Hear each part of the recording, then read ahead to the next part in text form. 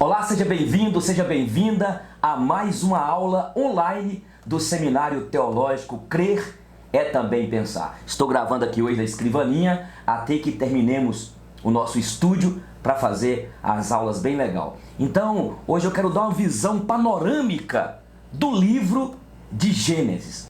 Como dar uma visão panorâmica dentro de um livro que tem 50 capítulos? Mas veja bem, do capítulo 1 até o capítulo 11 de Gênesis, então do capítulo 1 até o capítulo 11, nós temos 2000 anos de história. Imagine comigo o que rolou, o que aconteceu nestes 2000 anos, do capítulo 1 de Gênesis, quando inicia a criação, o Bereshit Bará, criou Deus os céus, no princípio criou Deus os céus e a terra, até o capítulo 11 são 2000 anos. Do capítulo 12 até o capítulo 50, mais 2000 anos. Foi muito tempo de história que aconteceu nestes 4000 anos. Mas antes, eu quero ler aqui Isaías capítulo 46.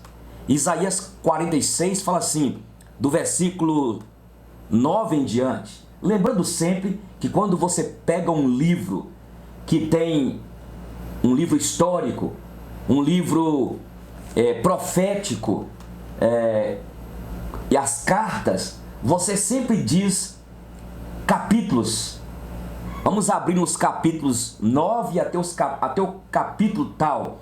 Quando você lê, por exemplo, Salmos, até Lamentações, lê os livros chamados poéticos, aí você fala, vamos abrir do verso 9 até o verso 15, certo? Então, aqui em Isaías 46, 9 em diante, diz: lembrai-vos das coisas passadas da antiguidade, que eu sou Deus, e não há outro semelhante a mim, que desde o princípio anuncio o que há de acontecer, e desde a antiguidade, as coisas que ainda não sucederam, eu digo, o meu conselho permanecerá de pé, farei toda a minha vontade, que chamo a ave rapina desde o oriente e de uma terra longínqua, o homem do meu conselho, eu disse, eu também o cumprirei,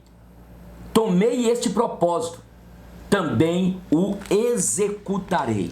É interessante que Deus está dizendo aqui, desde a antiguidade ele anunciou as coisas que haveriam de acontecer. É interessante que no capítulo 6, quando ele decide destruir a terra, e aí ele acaba com o mundo antigo lá com a água, e depois anuncia ou chama Noé, e escolhe Noé para preservar a vida humana, o homem criado à sua imagem e à sua semelhança. Nós vemos então no livro de Gênesis acontecimentos que tivemos aí. O próprio Jesus Cristo fala como foi nos dias de Noé, assim também vai ser o final de todas as coisas. Deus já anunciou desde aqui de Gênesis. Mas na frente nós vamos ver, por exemplo, no capítulo 3, versículo 15 de Gênesis, no capítulo 3, versículo 15 de Gênesis, quando existe e está embutido aqui no livro de Gênesis, o proto-evangelho. Quando no capítulo 3, versículo 15, Moisés, inspirado pelo Espírito Santo, ele anuncia a vinda do Cordeiro Imaculado de Deus, Jesus Cristo. O Velho Testamento, o livro de Gênesis, já estava embutido coisas, profecias que haveriam de cumprir, muitas já cumpriram e outras ainda vão cumprir, mas já foram pré-anunciadas desde aqui do livro de Gênesis. Tudo bem, então eu gostaria de mostrar para vocês aqui uma visão panorâmica do livro de Gênesis. O capítulo aqui, nós vamos ver aqui a criação, e eu quero até ensinar, porque quando você vê aqui, olha, tá pequenininho aqui, né? O 1, capítulo 1, versículo 2. Esta vírgula aqui significa que a criação, então dividindo aqui esta visão panorâmica, a criação ela está relatada no capítulo 2 e no capítulo 1 e capítulo 2. Quando tem a vírgula aqui, entende? Quando você vê aqui, olha, a queda e o pecado, capítulo 3, e quando tem esse sinalzinho aqui, olha, um tracinho, significa do capítulo 3 ao capítulo 5. Entendeu? Então, lembre disso quando você for escrever capítulo, por exemplo, 1 e capítulo 2, com a vírgula, está, na verdade, ali toda a situação, o contexto, os 2 capítulos, 3 capítulos. E quando tem a separação aqui com este tracinho, do capítulo 3 ao capítulo 5, do capítulo 6 ao capítulo 9, do capítulo 12 ao capítulo de número 16, assim por diante. Bem, então aqui está, vamos começar o panorama aqui do livro de Gênesis, a visão panorâmica. Aqui está então a criação, que está relatada, a criação do capítulo 1 ao capítulo 2. No capítulo 1 e capítulo 2, e no próximo vídeo eu vou tratar quanto a isso, o capítulo 1 começa lá, no princípio criou Deus os céus e a terra. Bereshit bara Elohim, o Deus que está no plural. E aí relata a criação de todas as coisas no capítulo 1 e capítulo 2. E os principais personagens, Deus, está mostrando Deus criando as coisas. Está mostrando Deus do início de tudo, dando a sua palavra de ordem. Haja luz e houve luz. Haja separação das águas e assim foi feito. Haja que a terra brote e desenvolva e haja árvores frutíferas. E ele foi dando a palavra de ordem. Disse Deus, disse Deus. Nós já estudamos quando falamos sobre o Logos. Lembra que essa palavra de Deus, a palavra tem força, a palavra ela sempre sai e acontece algo. E aqui então nós temos a queda e o pecado. Do capítulo 3 ao capítulo 5 trata do pecado. E quais são os personagens? Adão, Eva, onde fala da serpente, de Satanás. No capítulo 3, versículo 15, nós vimos então, eu repito, o proto-evangelho, quando Deus revela a Moisés e Moisés escreve dizendo que haveria de nascer da mulher aquele que viria e esmagaria a cabeça da serpente, e assim foi feito.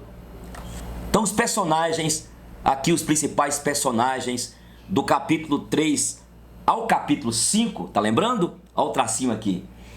Agora, aqui o evento em Gênesis, do capítulo 6 ao capítulo 9, tá vendo o tracinho aqui? Não é uma vírgula.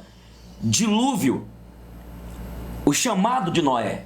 Quando no capítulo 6, a Bíblia diz que Deus arrependeu ter feito o homem. E é interessante que a gente estuda, né? Porque a Bíblia fala que Deus não é homem para que minta. Ele não se arrepende, porque ele é imutável. Em Deus não há pecado, não há sombra de mudanças.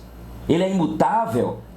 E aí a gente aprende na teologia que esta linguagem, chamada uma linguagem antropomórfica, é atribuir linguagens humanas a Deus. E quando se fala de que Deus arrependeu, a ideia é que Deus criou o homem com um propósito definido, mas o homem se transviou, pecou, e Deus agora não podia mais, como Deus santo, andar com o homem.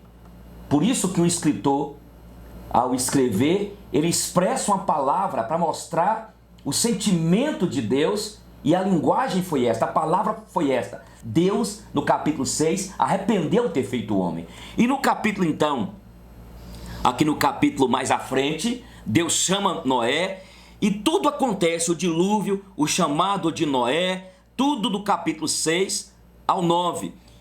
Principais personagens, aqui está Noé. Agora, do capítulo Aqui nós vimos também, nós vemos no evento aqui a Torre de Babel, que vai dos capítulos 10 ao 11. Capítulo 10 ao 11, olha o tracinho aqui. E qual é o personagem principal? Nimrod. Lembra de Nimrod? Nós vamos trabalhar mais na frente sobre esse Nimrod, que a Bíblia fala que ele era um caçador diante de Deus. E é interessante que esta ideia de que ele era um caçador diante de Deus, não é que ele temia a Deus, não é que ele fazia a vontade de Deus.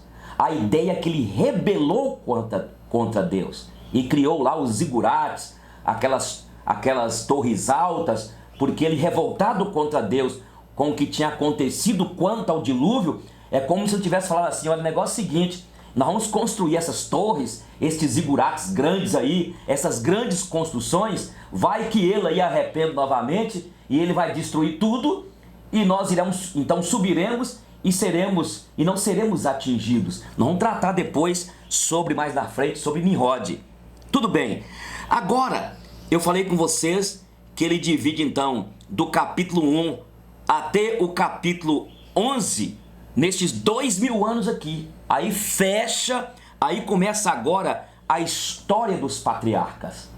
E aqui então, o evento aqui, os patriarcas, que inicia no capítulo 12 e vai até o versículo 24. E quais são os principais personagens aqui? Aqui do capítulo 12 ao 24, Abraão. Lembra quando Deus chamou Abrão em Ur dos Caldeus? Deus se revela a Abrão e diz, olha, Abrão significa pai exaltado.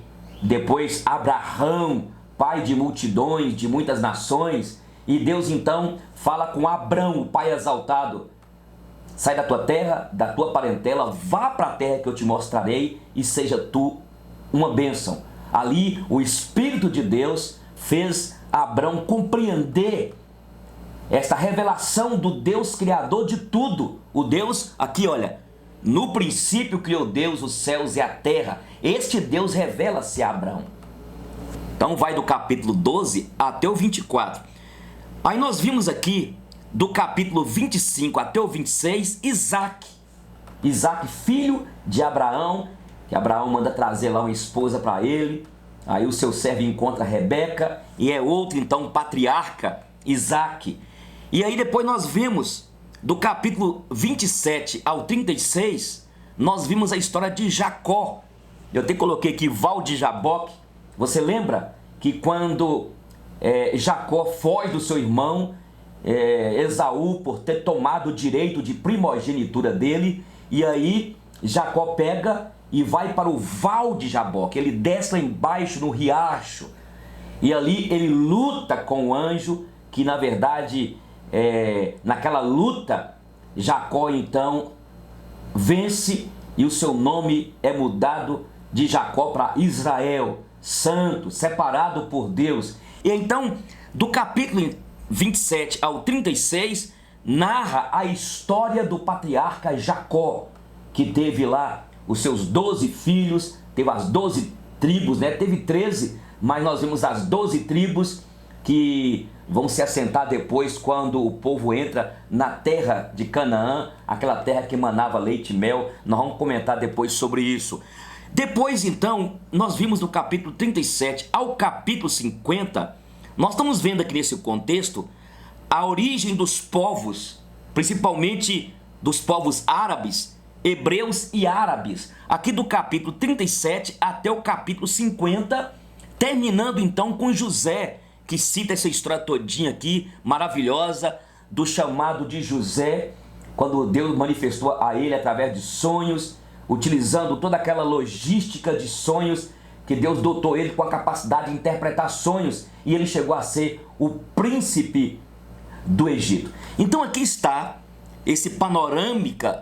esta visão panorâmica do livro de Gênesis. São 50 capítulos, este primeiro livro da Bíblia dos judeus, esse primeiro livro do Pentateuco, Penta, 5, Teuco, rolo de livros escrito por Moisés.